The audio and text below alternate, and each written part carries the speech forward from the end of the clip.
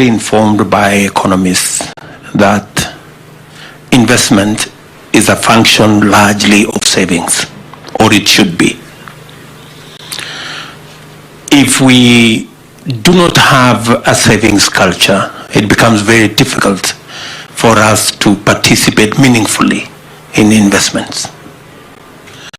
And that is why I have been on the case of trying to work with the entities that exist like NSSF and others on matters to do with promoting the culture of savings.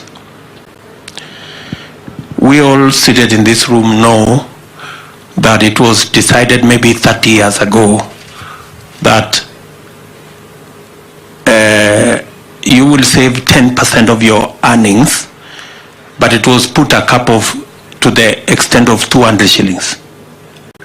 So up to today, majority of the people on the roll of NSSF are paying 200 shillings. And it is ridiculous. We just got a ruling from the court a week ago that it is wrong for us to increase from 200 shillings. I find that, I don't know really what we are doing. So, and I have had a conversation with the board and management of NSSF, and we have agreed that we need to go and talk to the court again to ask them, surely, do we live in the same country?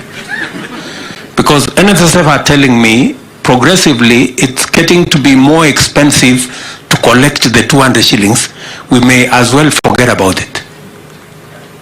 Because it's becoming more expensive to provide the infrastructure to collect the 200 shillings. So we must drive that savings agenda from every corner. And I want us to persuade ourselves that savings is the right way to go.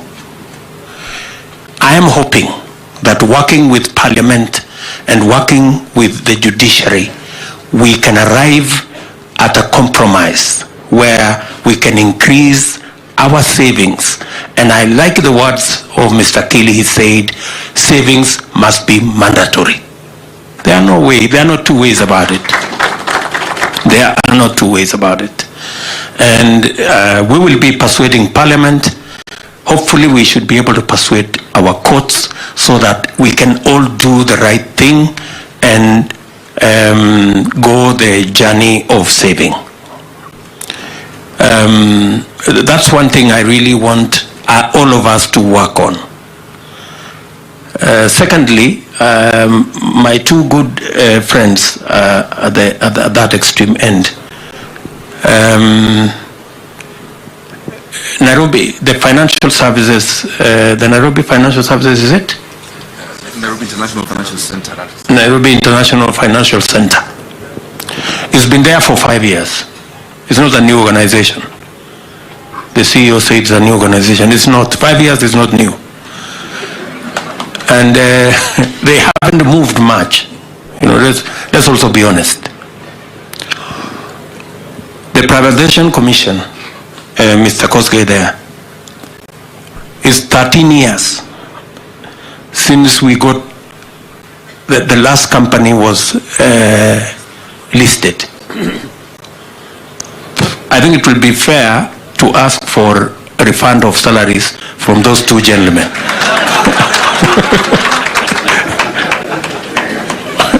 Honestly, I mean, they haven't done the job they were hired to do, you know?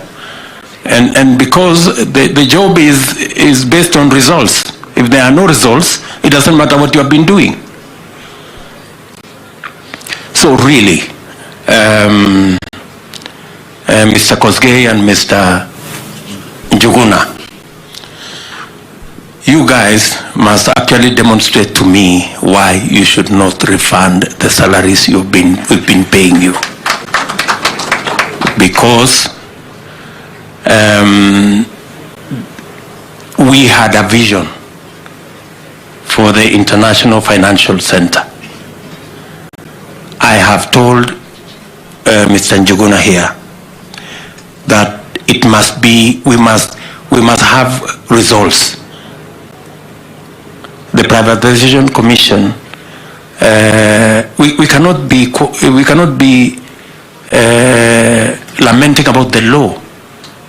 It is in our power to change the law. We don't exist to obey the law. The law exists to serve us. If it is not serving us, we change. If it is not, if we cannot change, we repeal, so that we give ourselves the latitude to do the right thing.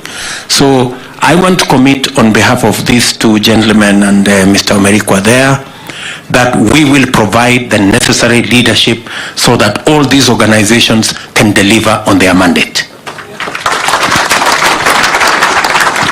And we will provide the necessary leadership. We will put together the legal infrastructure for us to be able to actualize what these organizations were meant to achieve. If again you look at our manifesto, these are instruments, or these are interventions we committed ourselves that we are going to work on. Finally, I don't want to take over your job, Terian. Finally, to the NSC and to the stakeholders in the entire capital markets ecosystem, I want to commit to you that we have Mr. Njuguna here and Moses Kuria. I have confidence in these gentlemen to deliver on our plan to make sure that we unlock the potential that exists in the NSC. Asante. Thank you very much, Your Excellency. Ladies and gentlemen, you may take your seats, and I'd like to hand over now to Mr. Wanjohi. We have another round of applause, ladies and gentlemen, to the panelists. Thank you. Thank you, Your Excellency.